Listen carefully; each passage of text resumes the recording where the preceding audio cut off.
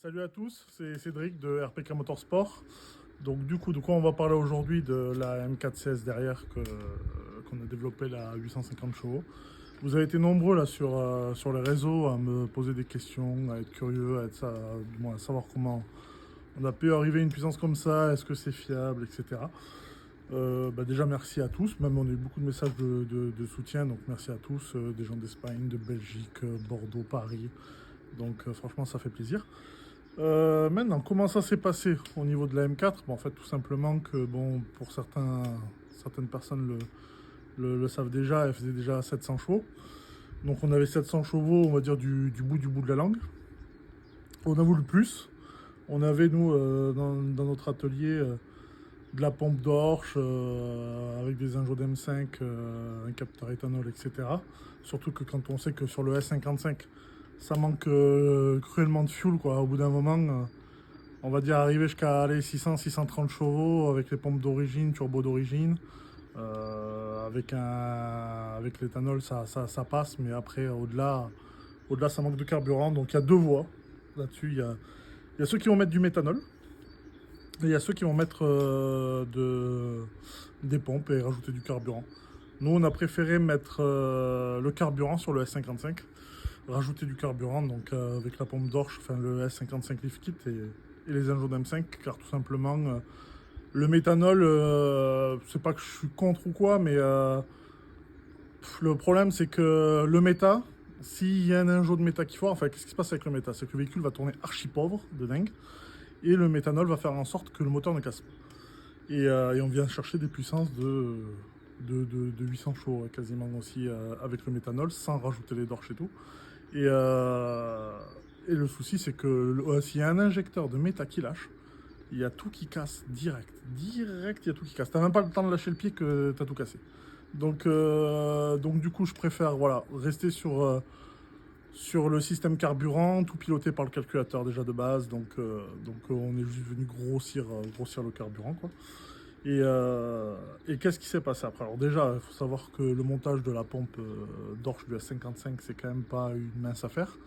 Il faut bloquer le pignon de pompe. Tout ça est entraîné après par le côté distri. Tout est dans le carter de distribution. Donc s'il y a quelque chose qui foire, il y a tout qui tombe dans la distri. Et là, ça devient vite la merde. Et ça peut causer des gros dommages au moteur, quoi. Donc pas bon délire du tout, surtout quand on connaît le prix du S55. Voilà, concentrer, appliquer l'outillage nécessaire pour faire quelque chose de propre et bien. De toute façon, sinon, ça sert à rien de se lancer.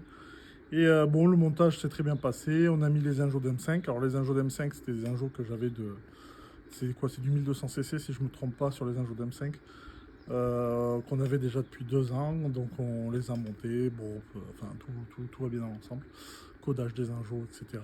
Donc franchement à ce niveau-là, tout va bien, capteur éthanol, fuel it, ça me permet de savoir mon taux d'éthanol. Alors la différence avec le capteur boot mode 3, c'est que mon capteur éthanol fuel it n'est pas piloté n'intervient pas sur la gestion du calculateur, donc il ne peut pas modifier l'injection, l'avance à l'allumage et le boost. Tout simplement car il est juste là pour analyser le taux. Et c'est ce qui est un peu dommage sur la mienne. C'est qu'on va passer sur les capteurs boot mode 3, ça permet d'être plus fiable. Comme ça, quand les variations d'éthanol à la pompe se font, parce que comme vous le savez en France, l'éthanol varie tout le temps. On n'a jamais un taux fixe. Et quand on a un réglage plutôt fixe qui est à l'E75 sur cette voiture, vaut mieux pas déconner, quoi. Parce que là, par exemple, on est à l'E62, je crois, j'ai là en ce moment. Et si j'accélère avec de l'E62, j'envoie tout sur la lune, quoi. Capteur boot mode 3 à venir pour celle-là, qui est quand même très important, je trouve, même sur les BM, etc. On aime bien bosser avec ce genre de matos, c'est vraiment super, même après pour la gestion derrière. Ensuite, comment ça s'est passé du coup? Une fois tout qui est monté, on sait que tout tourne, tout a l'air bon. On est allé, comme vous le savez la plupart, on bosse avec Maxime Tellier, qui s'occupe pas mal des gestions qu'on fait sur VAG, etc. Qui est très bon bosseur, etc. S'il voit la vidéo, bisous à lui. Mais c'est vrai que pour le coup, pour le S55, Alors c'est pas contre Max ni du tout, mais j'ai préféré aller sur le côté américain, parce que les Américains à ce niveau-là, au niveau du F80 et du S55, B58, mais je dirais surtout S55, c'est quand même, je pense, les rois de la puissance là-bas. Et du coup, on a pris contact avec Paul Johnson Tune aux États-Unis. Et on a discuté et j'ai voulu voir avec lui un peu l'approche qu'il avait au niveau des S55. C'est bien beau de mettre des chevaux, mais je veux pas non plus tordre une bielle ou me dire putain c'est chaud, c'est chaud, c'est chaud. Donc du coup on a vachement discuté autour de la voiture, autour du projet de cette voiture, sachant que lui déjà, il a déjà pas mal de records aux 400 mètres drag race aux États-Unis sur du S55, B58, même le nouveau moteur maintenant le S58 BM qui est une machine de guerre. Donc du coup on discute un peu du projet, on cherche à savoir l'utilisation. Bon comme vous le savez c'est une caisse qui va peut-être sortir un peu tard le soir et des fois, pourquoi pas aller faire un drag sur 400 mètres sur piste carrément. Donc, enfin, la config de la voiture, c'est ce qu'elle est aujourd'hui. Et donc, du coup, bon voilà, on parle un peu de tout ça, on cible un peu tout et après, on se dit allez, feu. Donc, il bosse sur la voiture, on sort ce qu'on appelle une base map. Une base map, c'est quelque chose qui va venir, c'est une carte, on va dire, safe, plutôt safe, avec un peu de boost, enfin, du réglage. Ça vient prendre en corrélation tout ce qui a été mis mécaniquement sur la voiture. Donc, on va dire que c'est un réglage ultra soft. Et donc, allez, base map, on se dit quoi? Allez, entre 6 et 700 chevaux, c'est ce que ça doit sortir grand max. Très peu de boost, bon, c'est parti. Hop, la manière dont comment on log, on utilise vraiment une grande plage d'utilisation, donc de la 3e à la 5e. Donc comme ça au moins on s'assure vraiment de même en tirant dans les hautes vitesses, on arrive à voir un peu comment se comporte le véhicule et pas juste tirer sur une 3. Donc du coup on tire, et là c'est parti, je vais pour me lancer, base map, je me dis bon, je connais la voiture, hein, l'M4 elle faisait 700, c'est pas une base map qui va m'effrayer quoi. Donc du coup c'est parti, on y va, on a une piste, on a une route privée à nous, c'est que ça nous permet de faire les essais, qui fait 2 voies quoi. Et du coup c'est parti, je me lance, 3e, 2500 tours, j'écrase, hop, hop, et là il s'est passé une véritable dinguerie, c'est que avec une base map déjà la voiture, elle est partie d'un côté, je l'ai rattrapée, elle a voulu me repartir de l'autre côté. Il a fallu la tenir tout le long sur la 3e.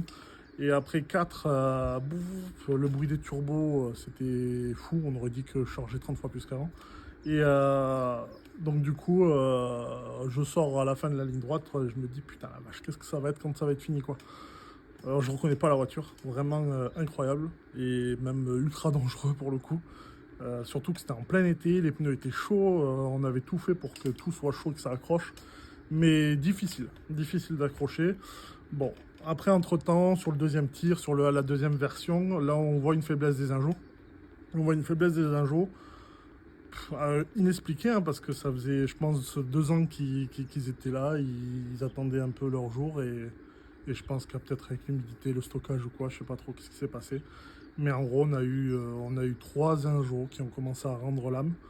Et du coup, en sachant qu'ils étaient tout neufs, hein, donc du coup, j'ai préféré pas prendre de risques parce que j'ai pas envie qu'un injo me lâche en pleine charge.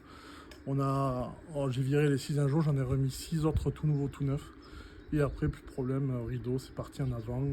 Qu'est-ce qui nous est ici après mais bon, c'est les aléas de la prépa, quoi. On avait le silicone de charge pipe au-dessus, là, qui arrive à l'échangeur, qui a pas implosé, mais qui s'est ouvert et qui m'a arraché le collier. Bon, voilà, à part ça, rien d'extraordinaire. Surtout qu'on commence à essouffler là, donc on est monté avec des purs turbostage de plus. Et ça permet vraiment il y en a qui l'utilisent même à 1000 chevaux encore. Donc du coup voilà. Donc voilà un peu pour expliquer. Donc après on peaufine à chaque fois avec Paul. Et on vient chercher toujours petit à petit le petit plus, le petit plus, le petit plus. La limite pour eux c'était fixé de dès qu'on arrive à la limite des injos et de la pompe. Ça y est, ça sera fini, on ne pourra pas faire plus. Et on est arrivé à la limite de la pompe. On va commencer à avoir la troisième qui sature. Donc du coup, on a commencé à réduire légèrement. Et, euh, et du coup, voilà. Là, on est sur ce qu'on appelle 850 chevaux. Donné, alors, j'ai pas envie de dire fiable. On n'est pas dans le moteur, on ne sait pas comment il est. Sachant quand même qu'on a ouvert le bas moteur aussi pour voir toute la partie coussinet et tout. Et franchement, c'était clinique. Bon, après, à ce kilométrage-là, il n'y a pas de raison. Mais sachant que ça fait quand même 3 ans qu'elle tourne mappée la voiture. Donc du coup, voilà. Après, c'est une question d'entretien, hein, c'est toujours pareil. Et à pas oublier, les gars, parce que combien de fois il y a des caisses qui viennent et qui arrivent avec des entretiens un peu foirés, un peu douteux, un peu tout ça. Donc c'est la base de la base déjà de l'automobile, de bien entretenir sa caisse, quoi. Donc du coup, voilà, donc j'en reviens à la partie où c'est qu'on l'a fini, 850 données fiables. Ils font plus aux États-Unis, ils sont capables de faire. J'ai déjà vu, on en a même parlé, ils ont fait 947 chevaux au Drag Race. Ils ont pété un cardan au départ. Après, aux États-Unis, c'est piston collé, donc ça n'a rien à voir avec ici. Donc ça grippe fort, très fort. Évidemment, avec 947 et 1000 newtons, ça commence à découper, quoi. Donc du coup, voilà, là, on est à entre 1000 et 1030 newtons. Il y a 935 écrit sur la vitre, parce que tout simplement, on l'a laissé. Mais on est entre 1000 et 1030 newtons, donc on est vraiment à la limite de bielle. On est venu chercher le couple dans les tours et pas à bas régime pour éviter de torpiller la bielle d'entrée de jeu à la première accélération. Donc ça permet d'avoir quelque chose de plutôt fiable. Voilà un petit peu le tour à ce niveau-là. Donc du coup, non, après voilà. Là, les prochaines évolutions sur la M4CS, ça va être de mettre une admission, on vire les Eventuri. On met une admission, on met une admission Projet Gamma ou RK-Tune. Je vais voir avec Jordan aux États-Unis pour voir un peu ce qu'on peut faire. Qui vient chercher l'air vraiment en avant de la calandre. Pour pouvoir vraiment déjà garder toujours un peu, c'est avoir cet air frais le plus direct possible et avoir l'air le plus direct possible qui rentre aussi au niveau des turbos, donc c'est un petit plus. Vu qu'on était en plein été, on avait un peu d'IAT, donc les IAT c'est les températures d'admission, on avait un peu d'IAT, même si l'échangeur Aero c'est quand même un gros volume. On va changer le frontal à l'avant, parce qu'il y a aussi un frontal sur les S55 qui est encore d'origine sur celle-là. On va le mettre en plus gros volume, on va encore venir gratter un peu de chaud. Ça va nous permettre de prendre un peu. Ensuite, après, à côté de ça, surtout pour ceux qui ont des S55, des N55, B58, etc. Enfin, faut pas négliger les pièces, les entretiens, etc. Parce que c'est des moteurs très costauds, mais que si on les néglige, t'as beau avoir une machine de guerre, un truc costaud, il va te claquer entre les dents. Donc non, franchement, faites attention à ça. Prenez pas de la chinoiserie, prenez pas des trucs de merde où c'est qu'après nous derrière on se fait chier à les régler et que c'est chiant et qu'au final vous avez dépensé de l'argent. Des fois pour rien, quoi. Donc du coup voilà, n'hésitez pas à demander des conseils aussi. Enfin voilà, on est là pour ça, il y a aucun souci. Parce que voilà, on en a trop vu ça fait 2 ans et demi, on en a vu des caisses qui sont pas très saines, qui sont pas très ci, qui sont pas très ça. Et le but, voilà, c'est quand même de faire quelque chose de bien. Et ça évite d'échanger toute la caisse ou de changer toutes les parties moteurs qui sont entre guillemets pas saines. Donc, ayez un bon B58, un bon S55, un N55 fiable. Et comme ça, après, derrière, on peut faire de belles choses, quoi. On peut faire de belles choses. Donc du coup, voilà, c'était pour expliquer un peu tout ça, le développement de l'M4. On a pu faire un Draghi qui a fait 4,32 ou 4,33, je sais plus, au 100 à 200. 4,33, alors pourquoi 4,33? Déjà de bon Paul, il m'avait annoncé 5,52 au 60 à 130 mph, parce qu'ils sont pareil, ils parlent en well HP et nous on parle en chevaux moteurs, ils parlent en chevaux roues et ils parlent évidemment miles par heure. Donc 5,2 ça fait environ du 4,6 4,5 au 100 200 en France. Et Et du coup, on est à 4.3 parce que le véhicule, déjà, c'était une M4 CS. Donc, il y a, je crois, 70 ou 80 kg d'écart avec la M4 normale. Et ensuite de ça, on a encore viré quasiment 100 kg sur la voiture. Donc, la bagnole, là, fait 1 tonne 470. Donc, elle est très légère. C'est pour ça qu'on manque quand même vachement de grip sur l'arrière. Et que le but, maintenant, ça va être essayer de jouer avec la suspension pour que quand on accélère, venir tasser l'arrière, faire un transfert de masse pour que l'arrière vienne tasser les pneus et que les pneus viennent vraiment avoir du poids et qu'ils viennent chercher le grip. C'est la partie importante parce que là, le truc, c'est que c'est un engin de guerre vraiment démoniaque, même terrifiant, je dirais, franchement terrifiant, parce qu'on a l'impression que la voiture veut nous tuer à chaque accélération et que le but c'est de la maîtriser quand même en sécurité. Donc même si voilà, je la connais, j'arrive à vite la calmer ou quoi, mais le but c'est quand même d'être le plus en sécurité possible. Donc du coup, gros pneus qui vont arriver à l'arrière, on va essayer de passer du 305 à l'arrière, voilà, tasser l'arrière aussi avec ce réglage de suspension. Parce qu'on a la 3 voilà, qui dandine. La 3 franchement il n'y a rien à faire, même avec des pneus à 45-50 degrés, bah ça veut pas passer. Au sol ça passe pas. On a fait 4 fois du boost by gear sur la voiture. Donc du boost by gear ça consiste en quoi? Ça consiste à tout simplement régler le couple, régler le boost par le rapport engagé. Donc du coup, première, deuxième, troisième, on a fait un réglage soft, notamment surtout la 3 où on est venu la baisser 4 fois. On a réglé 4 fois la 3 pour vraiment essayer d'avoir du grip et franchement rien à faire. On n'a toujours pas de grip, donc j'ai dit à Paul laisse tomber parce qu'à force à un moment donné j'aurais plus rien en 3, j'aurais plus de sauce, donc du coup je préférais garder la sauce et on va monter des pneus qui vont venir coller et gripper.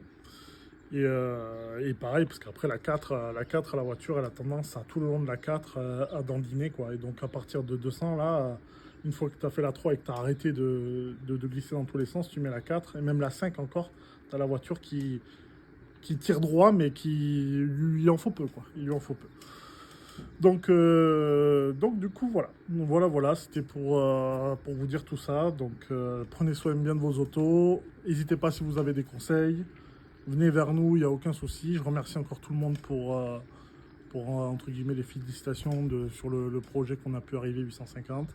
Je vous avoue qu'on aimerait tirer plus, essayer d'arriver à 1002 avec piston bielle. Mais on verra. Parce que 1002 sur route, je pense que voilà, ça commence à être dangereux, très dangereux. Donc du coup, voilà, le projet, voilà, on verra. Peut-être qu'on le fera sur une Carto 1002 et après, bim, on roulera avec une Carto 900. Mais pour l'instant, on va rester comme ça et on verra peut-être l'année prochaine. En tout cas, merci à vous, merci à tous et on se retrouve très bientôt. Ciao, ciao.